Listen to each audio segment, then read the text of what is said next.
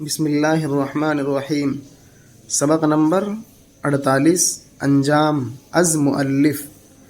کوئی بازاروں میں پھرتا ہے سوار اسب و فیل، کوئی صحرا میں چراتا گوس فند و میش ہے، کوئی تاجر کوئی دہقاں اور کوئی دستکار، کوئی گنج و مال کا مالک کوئی درویش ہے، نوش دیتا ہے کوئی جس طرح مکھی شہد کی، مارتا زنبور کی مانند کوئی نیش ہے، کوئی ناداں کوئی زیرک کوئی زاہد کوئی رند ہے، کوئی کوتاہ بین اور کوئی دور اندیش ہے، کوئی دزد و راہزن کوئی عسس اور پاسباں،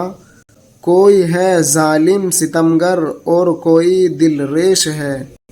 کوئی جاہ و مال میں افزوں ہے کوئی علم میں، کوئی سن و سال میں کوئی خرد میں بیش ہے،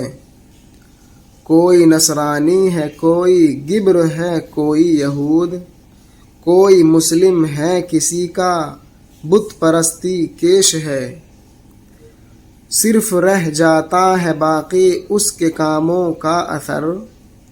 ورنہ یہاں ہر ایک کو راہ عدم درپیش ہے۔